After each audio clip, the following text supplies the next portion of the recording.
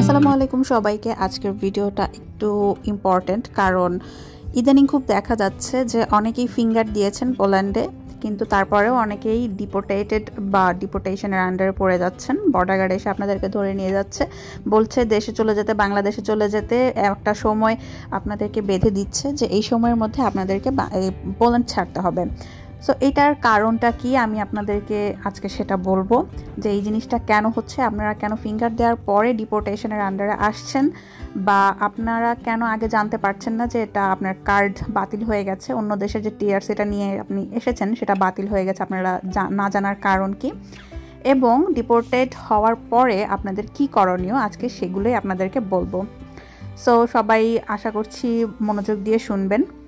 তা আপনারা নিশ্চয়ই জানেন যে এখন আর জুনের 1 তারিখ থেকে অন্য সেনজেন দেশ থেকে পোল্যান্ডে মানুষ আসা বা ওয়ার্কার বা ওয়ার্ক পারমিটে ছাড়া আসা বন্ধ হয়ে গেছে। কারণ নর্মালি এখন যেই আসুক, যে কোনো দেশ থেকে আসুক না কেন, সেনজেনের আওতাভুক্ত সব দেশ থেকেই মানুষ যদি এসে এখানে টিআরসি করতে চায়, তাহলে আপনাকে অবশ্যই ওয়ার্ক পারমিটের আন্ডারেই আসতে হবে।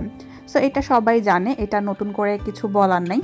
আর এখন মেইন কথা যেটা, সেটা হচ্ছে যে অনেক অবৈধ হয়ে গেছে এখানে আসার পরে অন্য দেশ থেকে, কারণ তাদের টিআরসি যে কার্ডটা ছিল, তারা হাঙ্গেরি বা স্পেন বা পর্তুগাল, বুলগেরিয়া, রোমানিয়া এইসব দেশ থেকে অনেকেই টিআরসি কার্ড নিয়ে কিন্তু পোল্যান্ডে ঢুকেছিল, কিন্তু তাদের সকলেরই কার্ড বাতিল হয়ে গেছে এবং অনেককে ডিপোর্টেশনের আন্ডারে চলে যেতে হয়েছে।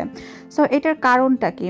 এটার কারণটা হচ্ছে, আপনি যখন পোল্যান্ডে ঢুকেছেন তখন আপনার যে টিআরসি কার্ডটা ছিল অন্য দেশের, সেটা বৈধই ছিল, কিন্তু যখন আপনি এখানে এসে আপনার পারমিটের জন্য আবেদনটা ইমিগ্রেশনে জমা দিয়েছেন, সেই মুহূর্তে হয়তো আপনি বুঝতে পারেননি যে টিআরসিটা আপনার এখন পর্যন্ত ভ্যালিড আছে কি নেই।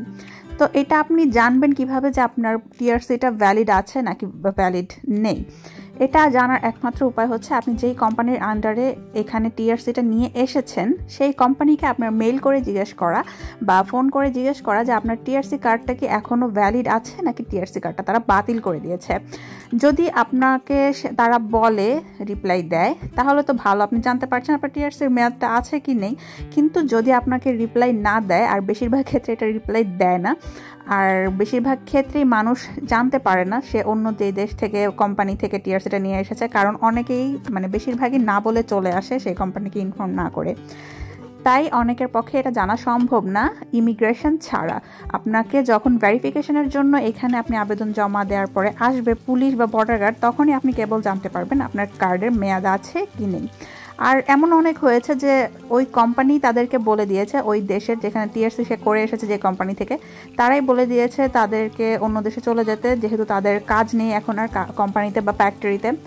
তো তারা আসার পরেও কিন্তু তাদের টিআরসিটা বাদ হয়ে গেছে। তো এইটা মোকাবেলা কিভাবে করবেন, এটা কিন্তু না বলেই জানিয়ে দিয়েছে। কিন্তু এটার একটা ভিতরের খবর হচ্ছে, আপনারা যখন যে কোম্পানিগুলো আপনাদেরকে বলবে চলে যেতে, সেই কোম্পানিগুলোকে আপনাদের কিছু একটা টাকা পে করে দিয়ে আসতে হবে, যেন 2-3 মাসের মধ্যে আপনাদের কার্ডটা ডিসেবল না করে। এটা করলে তারা আসলে এটা অ্যাকসেপ্ট করে। আর এটা আসলে অনেক কোম্পানি বলে না, কিন্তু এটা হচ্ছে আপনাদের বলতে হবে। তো এখন বলি যে আপনার কার্ডটা বাতিল হওয়ার কারণ আপনি ফিঙ্গার দেওয়ার পরে কেন বুঝতে পারবেন বা জানতে পারবেন বা বর্ডার গার্ড আসবে। এটার কারণ হচ্ছে, এখানে আসার আপনি 2-3 দিনের মধ্যে বা 1 সপ্তাহের মধ্যে আপনি অ্যাপ্লাই করেননি, বা আপনার কোম্পানি যখন কার্ডটা আপনার ইনভ্যালিড করে দিয়েছে, বাতিল করে দিয়েছে, তার মধ্যে বা তার আগে আপনি অ্যাপ্লাইটা করেননি, ইমিগ্রেশনে আপনার আবেদনপত্রটা জমা দেননি, যার কারণে আপনি আবেদন জমা দেওয়ার আগেই আপনার কার্ডটা বাতিল হয়ে গেছে।